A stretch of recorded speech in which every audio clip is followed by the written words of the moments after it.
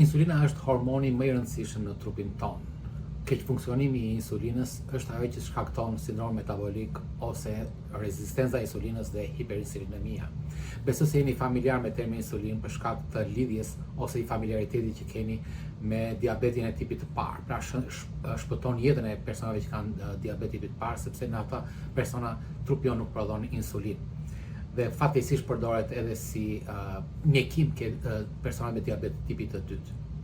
Insulina është një hormon, është një protein, dhe keni parasysh që gjithë hormonet prodhohen nga gjëra të ndryshme ose nga ende të ndryshme dhe japin një efekt në largësi.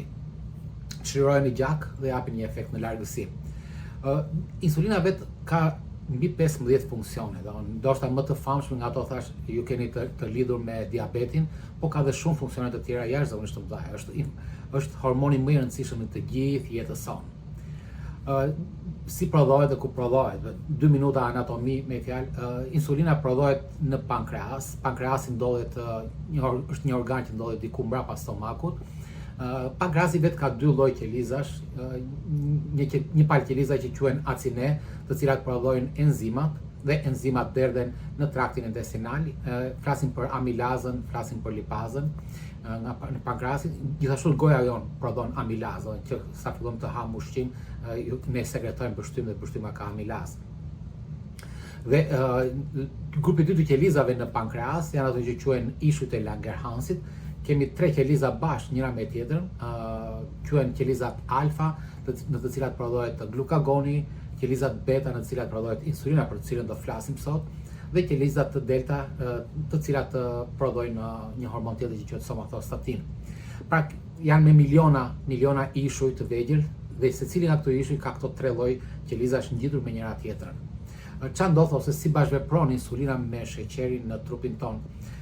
Keni parasysh kur ne ham sa fusim ushqim në gojë dhe sa fillojmë të përtypeni, pjesa 1/3 e pjesës së mbrapsme të gjuhës ka qelizat e shijes, ndjen shijen. Dhe kur ato ndjejnë karbohidrate, japin sinjal menjëherë në tru që ushqim i ëmbël po vin ose karbohidrat po vin. Dhe trupi jon truri jon menjëherë nëpërmjet një nervi shumë të madh, që quhet nervi vagus, inervon të gjithë pjesën e barkut, organet, zorët, dhe ky një degës e cilës është brenda në pankreas, dhe ky çliron ose jep urdhër insulinës të çlirohet dhe të dalin direkt në gjak. Pse ndodh kjo? Një çik, siç u thash për herën e kaluar kur folëm për sindrom metabolik, një nga kriteret e sindromit metabolik është kur sheqeri në gjak, niveli i sheqerit në gjak është më shumë se 120 mg për decilitër i matur esëll në mëngjes. Sa është 120 mg për decilitër? 120 mg për decilitër, po ta konvertojmë në gram për litër, i bie rreth 1.2 gram në 1 litër. Po të llogarisim që në trupin tonë e kemi gjithsej rreth 4.5 deri në 5.5 litra gjak, dhe po ta shumëzojmë këtë numër me 5, po them, i bie rreth 6 gram, 5 ose 6 gram sheqer. Pra në trupin tonë tërkohës ne kemi 6 ose 5 ose 6 gram sheqer. Më saktë është 5 gram sheqer. Sa është 5 gram sheqer? Janë 2 pusina sheqeri ose një lugë çaj me sheqer. Pra kjo është niveli bazik që ne duhet të kemi në gjakun tonë.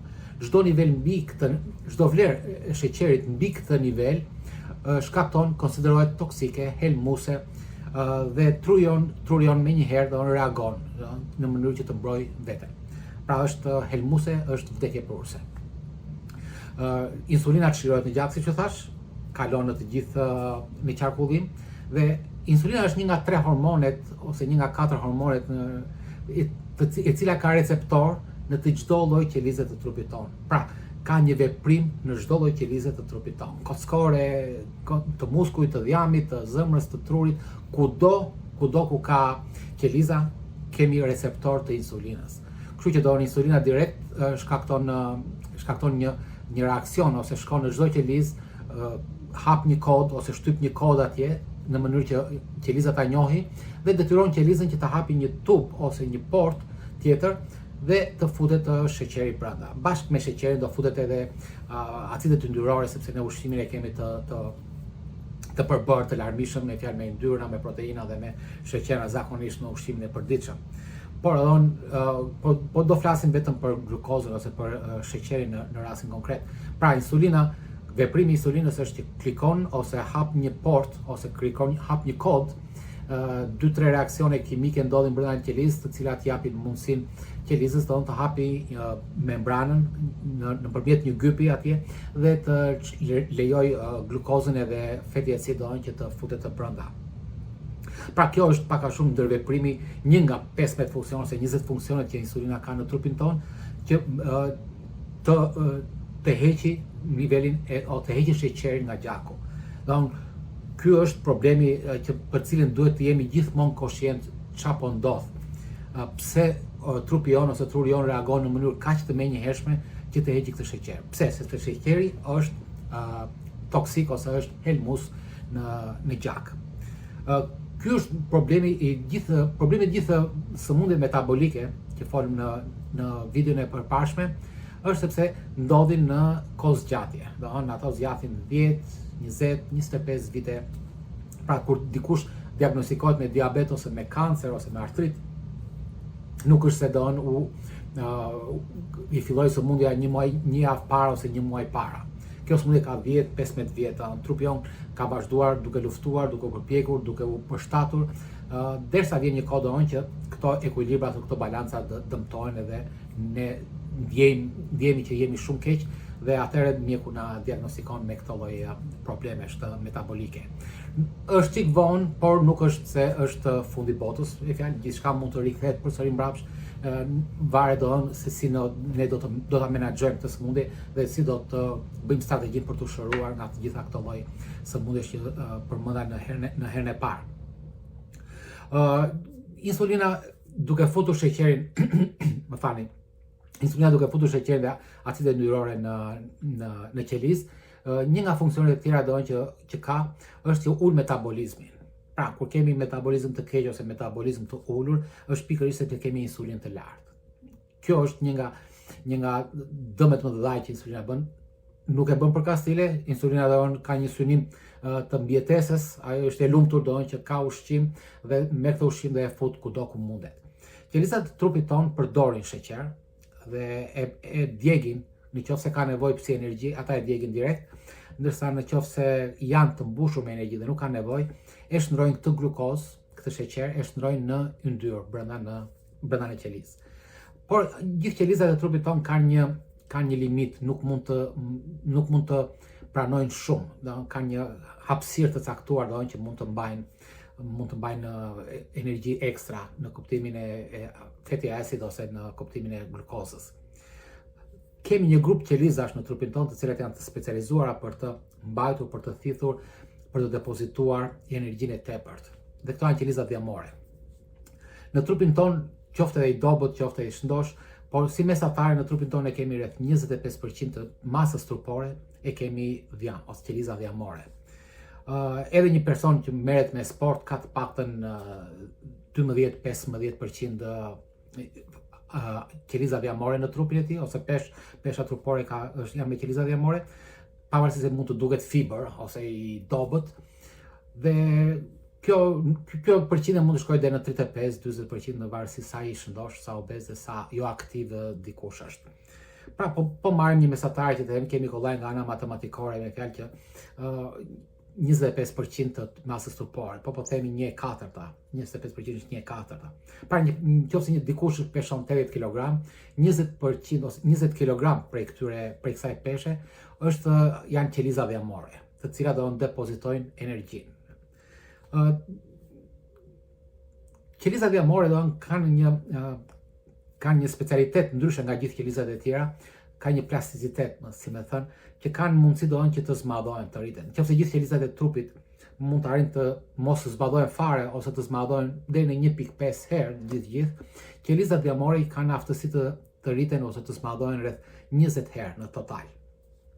Kështu që gjatë gjithë kohës ato kanë një mundësi, duke llogaritur që kemi disa miliarda, nuk flasim për miliona, por për miliarda qeliza dhjamore, ato gradualisht për fjalë përthithin dhe thithin këtë glukozë të tepërt që është në gjak.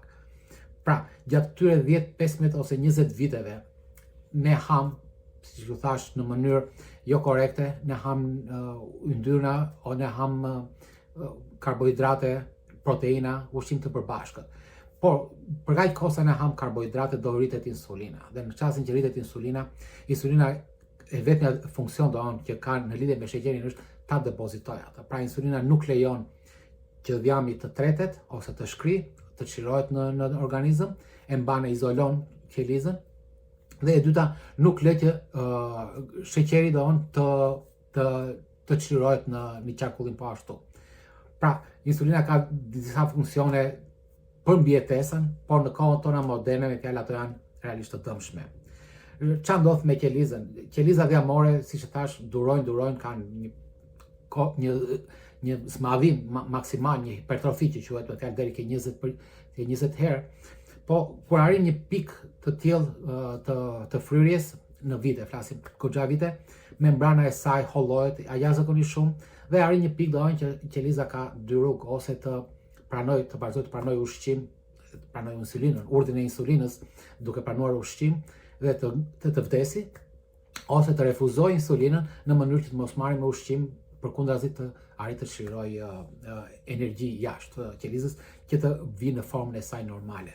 Dhe sigurisht do që qeliza fillon bëhet rezistent ndaj insulinës. Keni parasysh një qelizë që ka rreth 100 receptorë, ose vende ku insulina hyn, ose kur insulina takohet me qelizën, të gjitha, si më thënë, receptorët japin mundësinë qelizës që të hapi 100 porta për të futur 100 molekula glukozë. Me kalimin e kohës, si thash, me viteve, nga 100 molekula insulin, vetëm 50-60 arrin të futen, sepse qeliza vazhdojnë po rritet dhe s'ka shumë nevojë për energji, dhe arrin një pikë që ne kemi 100 si më thënë, qeliza molekula të insulinës, të cilat nuk mund të futin dot më shumë se 2, 3 ose 5 glukozë, molekula glukozë në brenda në qelizë. Kjo është pak a shumë kohë zgjatja ose rruga si ndodh procesi i insulinës, bashkëpunimi i insulinës me sheqerin. Në çastin që, siç thash, qeliza refuzon dhe nuk bashkëpron më me insulinën, çfarë kemi? Kemi rezistencë ndaj insulinës. Kjo quhet rezistencë ndaj insulinës, kur qeliza refuzon të bashkëveprojë me insulinën, për shkak sepse është në kushtet e mbijetesës ose të vdekjes së saj, nëse do vazhdon të pranojë. Po duke mos pranuar më veprimin e insulinës, ajo nuk pranon të fusi më glukozë brenda në qelizë. Duke mos u futur glukozë, kjo glukoza do vazhdoj të qëndrojë në gjak. Dhe siç ju thash, çdo lloj vlere sheqeri e lartë në gjak është alarm për trurin. Dhe çfarë do bëj truri? Truri direkt do t'japi urdhër qelizave beta në pankreas të prodhojnë më shumë insulin në mënyrë që ta heqin qafe sheqerin nga gjaku, sepse është vdekje purës për ta. Më shumë insulin prodhohet, insulina qelizat dhjamore nuk e dëgjojnë insulinën dhe ato tentojnë ta fusin sheqerin për një farë periudhe, ato arrin të stabilizojnë sheqerin, sepse sasia e insulinës është shumë e lartë, kemi hiperinsulinemi, siç u thash, dhe arrin të fusin sheqerin aty ku nuk duhet, në vende ose në inde ku nuk duhet. Zakonisht është në pjesën e barkut, ku ne e dim që quhet ai që quhet dhjami visceral, është dhjami që rrethon zorët, që rrethon organet, mëlçin, veshkat, shpretkën, pankreasin. Dhe kjo është faza e dytë, me fjalë e madhe. Dhe e treta, fillon fut dhjamin, atë sheqerin, dhe depoziton si dhjam në qelizat muskulare. Qelizat muskulare janë pothuajse 40% e trupit tonë, me fjalë. Dhe aty do arrin të fut dhjam sa më shumë të mundet, por edhe në muskujt e zemrës. Faza e fundit në të cilën insulina ose kjo efekti hiperinsulinemijës ndodh në trupin ton, është kur ajo nuk ka ku të fus më energji të tepërt, glukozën dhe acidet yndyrore, dhe e fut brenda në mëlçi dhe brenda në pankreas. Është ajo që quhet mëlçia dhjamosur, siç u thash, dhe pankreasi i dhjamosur. Kjo është pak a shumë periudha që trupi jon, ne mund të bëjmë analiza gjakut tërkohës, analiza sheqerit, dhe i del normal. 5 vjet, 10 vjet, pacienti ankohet, jam i pafuqishëm, jam i lodhur, dirësis, kam ha më tepër, kam urinim më shumë, jam i këputur, nuk eci dot shumë, më merret fryma. Këto janë shenja të cilat realisht janë pjesë e rezistencës ndaj insulinës, por që mjeku bën analizat, yndyrnat dalin diçka të larta, sidomos trigliceridet, por sheqeri është totalisht normal, ende normal. I rritur diku ndoshta 90, 95, 100, vlera 110, po mjeku i quan përsëri prapë brenda vlerës normale, pavarësisht në limitet maksimale të tij. Dhe në çastin, siç u thash, që kalon kjo periudhë 10, 20, 25 vjeçare, arrin një pikë doon që, siç u thash, ne nuk kemi më vend ku të fusim sheqerin, glukozën e gjak në indet e trupit ton, dhe përveç kësaj qelizat tona për shkak të fryrjes së saj lëshojnë ose çlirojnë fatty acid ose acidet yndyrore në gjak. Pra kemi një situatë ku trigliceridet janë rritur jashtëzakonisht lart, kur kolesteroli i mirë është ulur, tensioni është rritur në gjak, dhe sigurisht në këtë moment dhe sheqeri rritet sepse nuk ka ku shkon më. Ne vazhdojmë ham, dhe ai nuk ka ku hyj më dhe nuk ka ku përdoret më. Dhe kjo është momenti dhe që sigurisht që perimetri i belit i mezit është rritur, ka kaluar vlerat që janë normale, dhe kjo është stadi dhe që ne arrim të diagnostikojmë me gjithë kuadrin e sindromit metabolik. Pra, si përmbledhje për rezistencën ndaj insulinës, mbani mend diçka që në trupin ton, në gjakun ton, në totalin e gjakut, ne kemi nevojë vetëm për 5 gram sheqer, ato i duhen vetëm eritrocideve si ushqim. Gjithashtu, nevojë për sheqer në trupin ton ka një pjesë e hipokampusit ose qendra e memorjes në tru, dhe medula e veshkës ose pjesa qendrore e veshkës. Pra, dy organet që kanë metabolizëm shumë të lartë, që është pjesa e brendshme ose medula e veshkës, si dhe hipokampusi ose zona e memorjes në trurin e njeriut, që ka një aktivitet jashtëzakonisht shumë të lartë. Mekanizmi se si u shpjegova në videon e parë, një përmbledhje të shkurtër, kemi insulina e lartë bllokon